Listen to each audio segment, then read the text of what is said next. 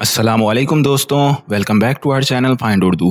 आज हम एक इम्पॉर्टेंट वर्ड डिपॉजिट के बारे में बात कर रहे हैं।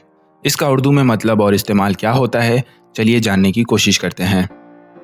डिपॉजिट का मतलब होता है किसी रकम या माल को किसी बैंक या इंस्टीट्यूशन में जमा कराना। जब हम अपने पैसे या कोई एसेट किसी बैंक अकाउंट में जमा कराते हैं तो हम उसे डिपॉजिट कहते हैं।